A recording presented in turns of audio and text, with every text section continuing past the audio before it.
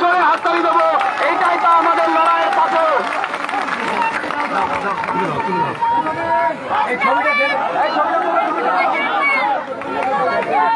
মুখ্যমন্ত্রী হবে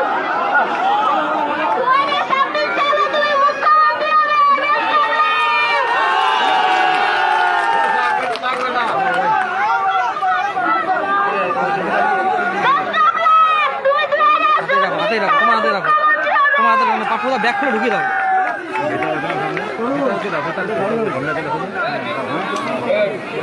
আজকে ওর জন্মদিন।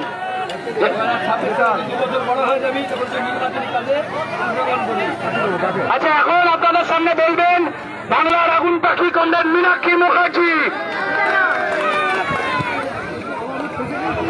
বিজেপিকে ত্যাগ করে পশ্চিমবঙ্গ থেকে 2024-এর 4 জুনের পর দিল্লি পাঠিয়ে দিতে হবে পার্মানেন্ট টিকিট কেটে। পারবো আমরা?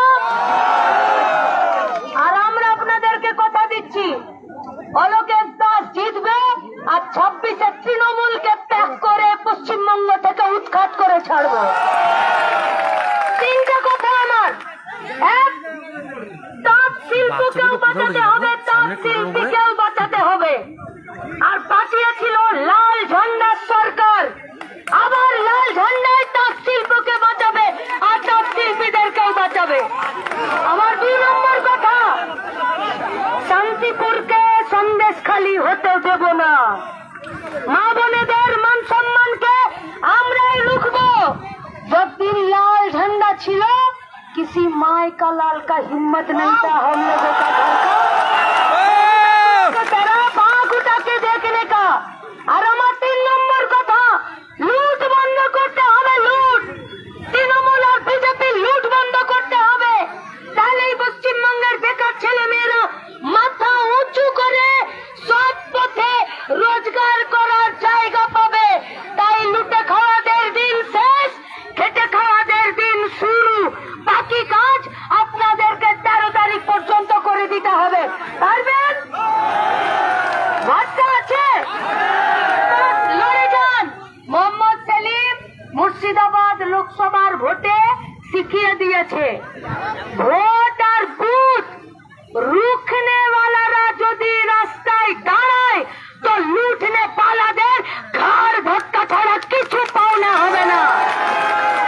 তাই লড়ে যান, জিতিয়ে দিন অলোকেশ দাসকে, জিতিয়ে দিন পশ্চিমবঙ্গকে, জিতিয়ে দিন শান্তিপুরকে। পারবো আমরা? দেখা হবে 4 জুন বিজয় সমাবেশে, এই শান্তিপুরে মিছিল হবে।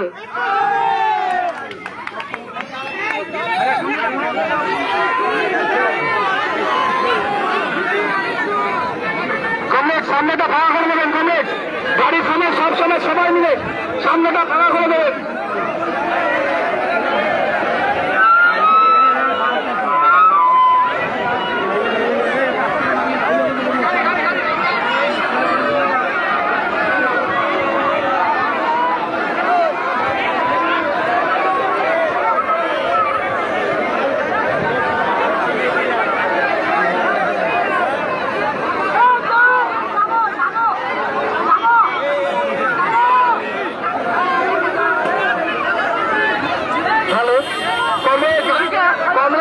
গাড়িটাকে সামনে নিয়ে এগিয়ে চলুন।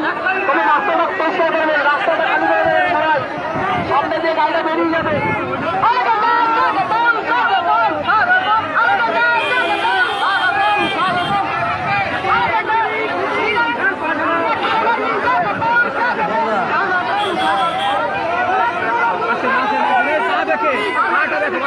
বাচ্চা আছে